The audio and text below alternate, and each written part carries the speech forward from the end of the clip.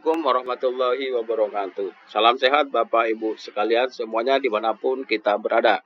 Terutama para guru dan kepala sekolah yang sudah melaksanakan kegiatan pengelolaan kinerja semester ini periode Januari hingga Juni 2024.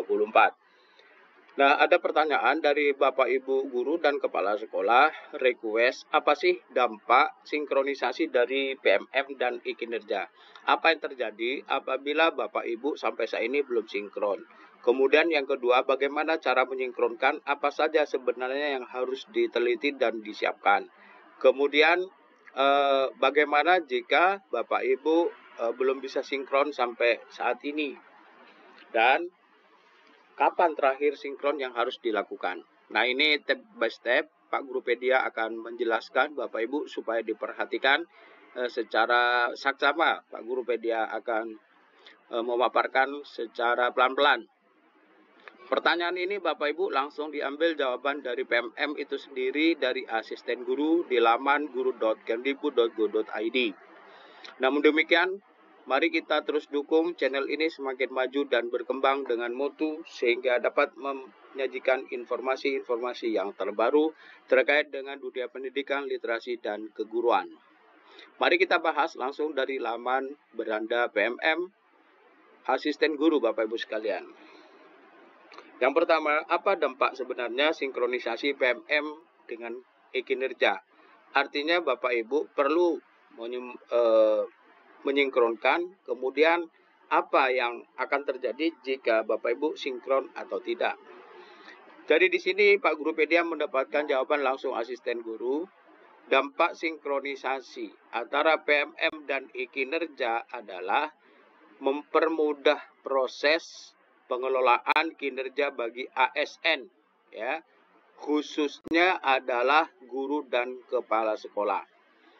Jadi sinkron itu artinya ada integrasi antara PMM dengan e-kinerja. Ini khususnya bagi guru dan kepala sekolah yang mendapatkan fitur PMM. Dengan adanya integrasi ini Bapak Ibu tidak perlu lagi membuat SKP atau sasaran kinerja di dua sistem yang berbeda. Sehingga tidak perlu membuat di PMM, tidak perlu membuat di e-kinerja dua-duanya. Integrasi memudahkan, Bapak Ibu bisa otomatis dibuat di e-kinerja BKN karena adanya integrasi. Nah, sehingga mengurangi beban administrasi dan meningkatkan efisiensi kerja. Kemudian selain itu, sinkronisasi juga memastikan bahwa data kinerja yang tercatat itu lebih akurat dan terpusat, sehingga memudahkan pemantauan dan evaluasi kinerja secara keseluruhan. Namun, perlu diperhatikan bahwa jika Bapak Ibu merupakan guru dan kepala sekolah di bawah naungan Kemenak, Bapak Ibu masih perlu mengisi SKP di sistem e-kinerja BKN saja sementara waktu. Kenapa? Karena bagi sahabat guru di bawah Kemenak, PMM belum optimal bisa digunakan ya. Nah, ini supaya diperhatikan. Kemudian yang kedua, bagaimana sih cara sinkron PMM dan e-kinerja? Idealnya itu seperti apa? Apa tahapan yang perlu dilakukan? Nah, Bapak Ibu, untuk melakukan sinkronisasi antara PMM dan e-kinerja, ikuti langkah-langkah seperti ini Bapak Ibu. Yang pertama, pastikan dahulu data yang ada di PMM adalah data yang terbaru. Baru dan lengkap Bapak Ibu. Jadi mestinya Bapak Ibu 100% dulu, setelah itu baru sinkron. Ya, bagi guru-guru datanya itu 100%. Kepala sekolah juga harus perhatikan, jangan kirim data jika ada guru masih berproses, gitu ya. Kecuali memang guru yang sudah tidak mengisi, misalnya pensiun, meninggal, dan lain sebagainya. Belum memulai, itu tidak usah. Tetapi kalau sudah memulai, ada 25% sampai 75%, maka ditunggu supaya diselesaikan, baru kirim data. Nah, ini penting agar data yang disinkronkan ke e-kinerja itu akurat, tidak ada kesalahan lagi. Yang kedua, langkahnya akses sistem PMM dulu. Masuk ke dalam sistem PMM menggunakan akun belajar ID ya. Jadi cek dulu di akun PMM-nya tentang data-data Bapak Ibu. Benarkah? Nah, yang ketiga, silakan Bapak Ibu gunakan fitur sinkronisasi. Cari dan gunakan fitur sinkronisasi yang tersedia di sistem PMM. Biasanya fitur ini akan berada di menu pengelolaan kinerja atau di bagian pengaturan. Nah, Bapak Ibu cek juga ya. Kemudian ikuti petunjuk teknis sesuai dengan Perdirjen nomor 7607 tentang petunjuk teknis bagi kepala sekolah dan guru pengelolaan kinerja.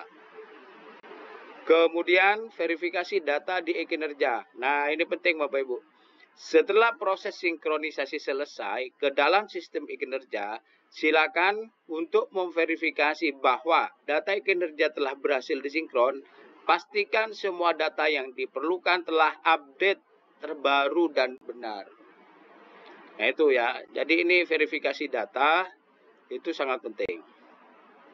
Nah, konsultasikan jika ada masalah. Jika Anda mengalami kesulitan masalah, segera konsultasi dengan tim teknis atau admin yang bertanggung jawab atas sistem PMM dan e-kinerja di instansi Anda, baik di sekolah maupun di dinas pendidikan ya.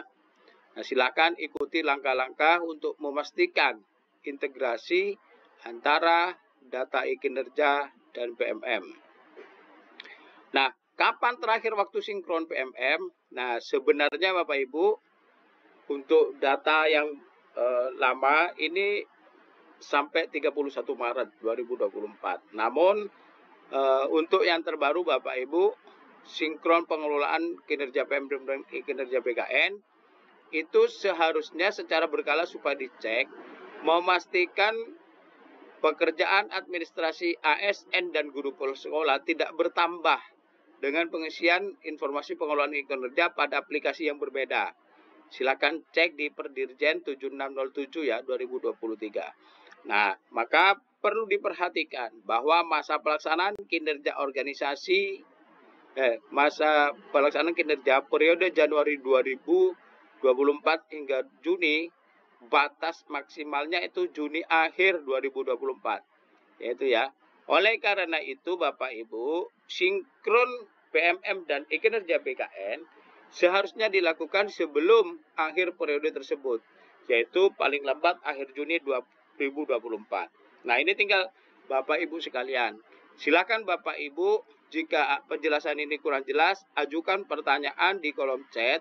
Nanti Pak Guru Pedia membantu menanyakannya ke sistem di PMM, sehingga nanti kita akan mendapatkan informasi terbaru tentang apa dampak sinkronisasi PMM dan langkah apa yang harus dilakukan.